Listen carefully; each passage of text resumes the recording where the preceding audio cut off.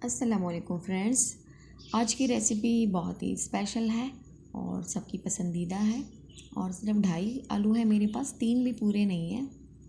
और उसे हमने अच्छी तरह से बारीक स्लाइसिस में काट देना है और धो के एक साइड पे रख देना है। अब हमने क्या करना है, एक बर्तन लेना है और उसमें हमने तकरीबन 1 कप हमने बेसन लेना है और थोड़ा सा ज़ीरा लेके इस तरह हाथों से मसल के हमने वो इसमें ऐड कर देना है। साथ में खुश्क धनिया पाउडर ऐड कर देना है, छोटी वाली चम्मच। और हल्दी डालनी है थोड़ी सी, और 1 चम्मच लाल मिर्च का पाउडर उसमें ऐड करना है। और थोड़ी सी हम इसमें अजवाइन ऐड करेंगे और इसे हमने मिक्स कर देना है।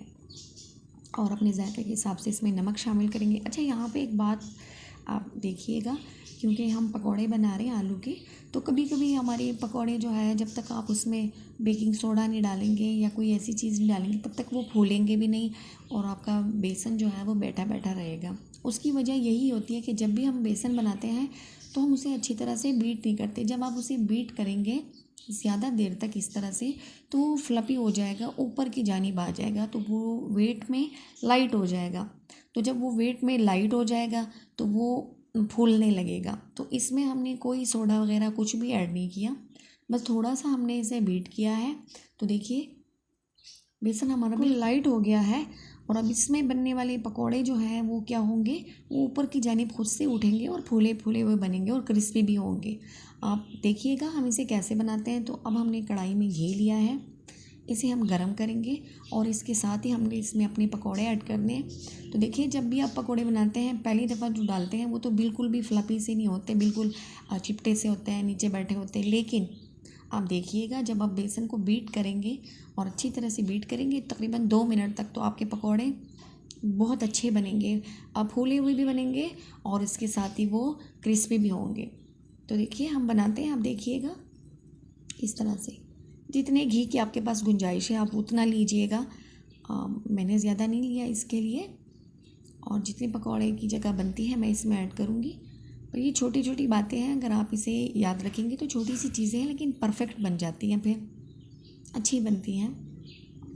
तो देखिए पकौड़े हमारे फूलने शुरू हो चुके हैं, ये देखिए इस तरह से।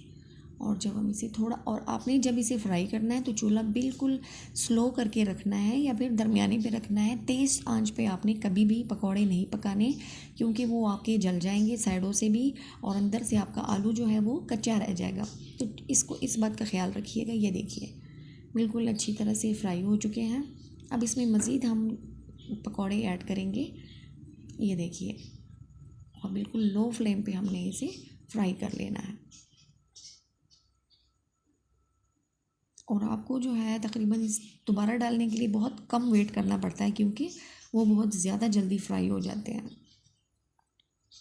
तो ये देखिए बिल्कुल हमारे फूले फूले से आलू के पकौड़े तैयार हो चुके हैं।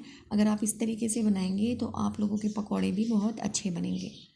अब देखिएगा मैं आपको दिखाती हूँ, ये देखिए ये फूले हुए भी बने हैं और साथ में ये क्रिस्पी भी हैं। थोड़ा सा इसके ऊपर हम चाट मसाला डालेंगे और फिर आप देखिएगा मैं आपको तोड़ के दिखाती हूँ एक पकौड़ा। इसका आलू जो है वो भी अंदर से अच्छी तरह पका हुआ है और पकौड़े भी हमारे क्रिस्पी बने हुए हैं। ये देखिए, ये देखिए बिल्कुल।